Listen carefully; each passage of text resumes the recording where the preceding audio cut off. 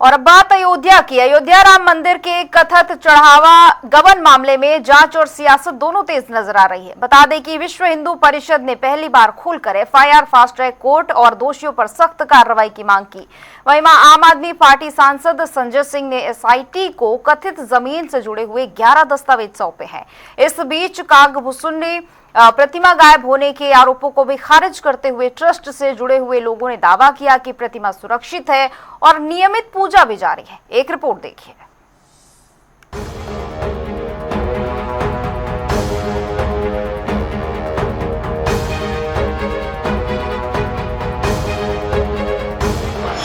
अयोध्या राम मंदिर विवाद, विश्व हिंदू परिषद ने खोला मोर्चा, एफआईआर और फास्ट ट्रैक कोर्ट की मांग, संजय सिंह ने एसआईटी को दिए 11 दस्तावेज, कागभूषणी प्रतिमा गायब होने का दावा गलत। अयोध्या राम मंदिर के कथित चढ़ावा गबन मामले में अब जांच और सियासत दोनों तेज हो गई है। विश्व हिंदू परिषद ने पहली बार खुलकर एफआईआर और फास्ट ट्रैक कोर्ट की मांग की है, जबकि आम आदमी पार्टी के सांसद संजय सिंह ने एसआईटी को जमीन घोटाले से जुड़े 11 दस्तावेज सौंपे हैं। इसी बीच कागभूषणी की प्रतिमा गायब होने के आरोपों पर भी नया दावा सामने आया है कि प्रतिमा पूरी तरह सुरक्षित है। वहीं राम मंदिर के कथित चढ़ावा गबन मामले में विश्व हिंदू परिषद ने सख्त रुख अपनाया है। विश्व हिंदू परिषद के अंतर्राष्ट्रीय अध्यक्ष आलोक कुमार ने कहा कि मामले में बिना किसी दबाव के तत्काल एफआईआर दर्ज होनी चाहिए, जांच में तेजी लाई जाए, फास्ट ट्रैक कोर्ट में सुनवाई हो और जो भी दोषी हो, चाहे किसी भी पद पर,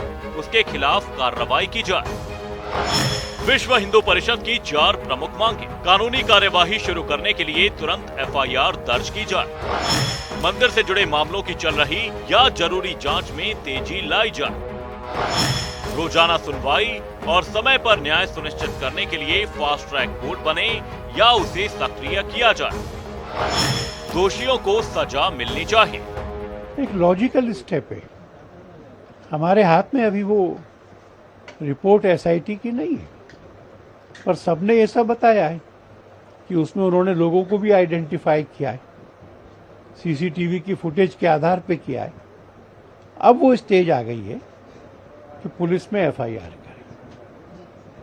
हम चाहेंगे कि ये एफआईआर जल्दी हो और हम ये भी चाहेंगे कि अच्छे से अच्छे, योग्य से योग्य पुलिस अफसरों को, जिन एक्सपर्ट्स की जांच में जरूरत हो उन एक्सपर्ट्स को लगा करके जांच, सब लोग जो इसमें इन्वॉल्व हैं या जिन पर आरोप है उन सब की जांच की जाए।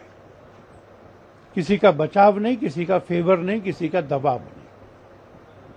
हम ये भी चाहेंगे कि जब कोर्ट में चालान फाइल करे पुलिस, तो वो फास्ट ट्रैक कोर्ट हो, रोज रोज की सुनवाई हो। और मेरा तो मन करता है कि अगर इन सब दोषियों को 4 महीने में हम कोर्ट से सजा दिलवाकर सलाखों के पीछे भेज सकेंगे, तब हिंदू समाज को संतोष होगा।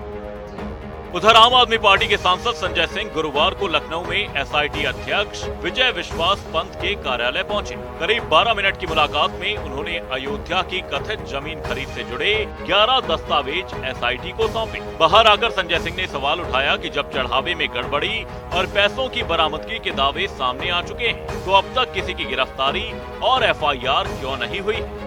देखिए, कुल 13 जमीनों से जुड़े हुए दस्तावेज थे और कुछ ऐसे दस्तावेज थे जिसका लिंक एक दूसरी जमीन से था। तो 11 सेट में मैंने सारे दस्तावेज दिए हैं और इसमें आप देखेंगे तो वो डिटेल मैं अभी आपको दे दूंगा।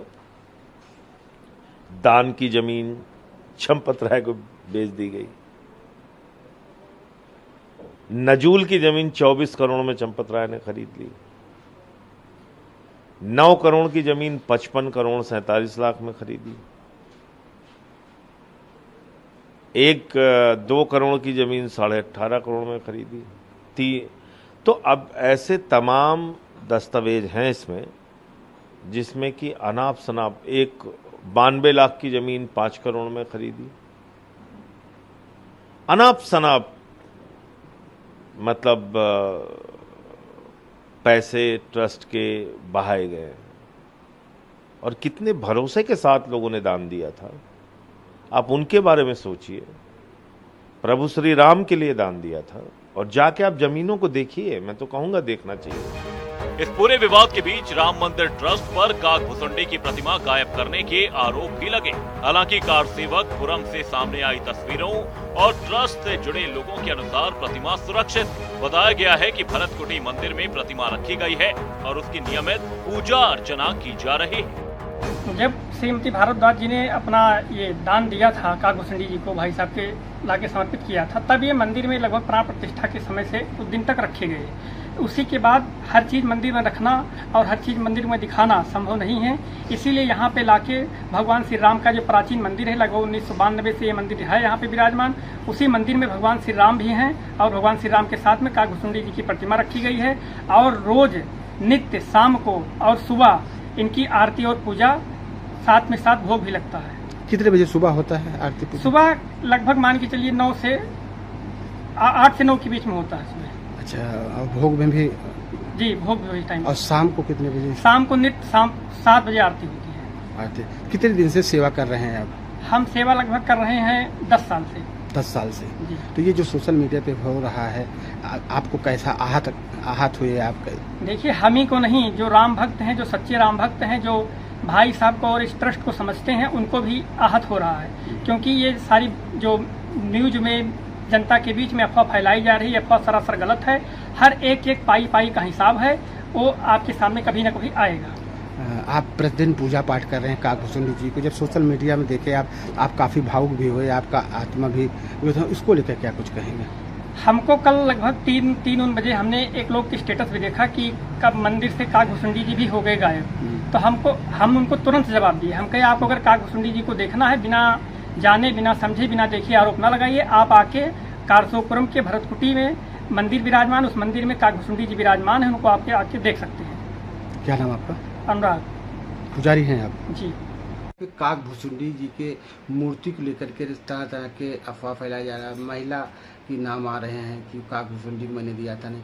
अब वो कहाँ देखा, कैसे देखा, क्या है?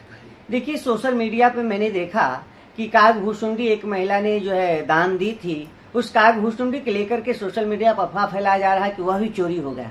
वह देखकर मुझे बहुत में मर्माहत हुआ। मैंने कार से पुरम गया, वहाँ देखा कि कागभूषुंडी जी का नित्य अर्चन वंदन हो रहा है, पूजा हो रहा है। मैं जिन्होंने कागभूषुंडी दी है आकर के कार सेवक पुरम में देख लें और इस प्रकार के समाचार पत्र के माध्यम से सोशल मीडिया पर अफवाह न उड़ाएं, जिससे हमारे सनातनी बड़े ही मर्माहत हो रहे हैं। बहुत मर्माहत की गई है, अब मर्माहत मत किया जाए, क्योंकि 500 वर्षों की संघर्ष, तप तपस्या, बलिदान को निरर्थक न किया जाए। राम मंदिर से जुड़े इस पूरे प्रकरण में एसआईटी की जांच जारी है। जांच की सिफारिशों के आधार पर कुछ लोगों के खिलाफ एफआईआर दर्ज किए जाने की तैयारी की बात भी सामने आई है। ऐसे में अब सबकी नजर इस बात पर है कि जांच एजेंसियां आगे क्या कार्रवाई करती हैं और कथित गड़बड़ियों के लिए जिम्मेदार लोगों पर कब तक कानूनी शिकंजा कसता है। न्यूज डेस्क, जनता टीवी।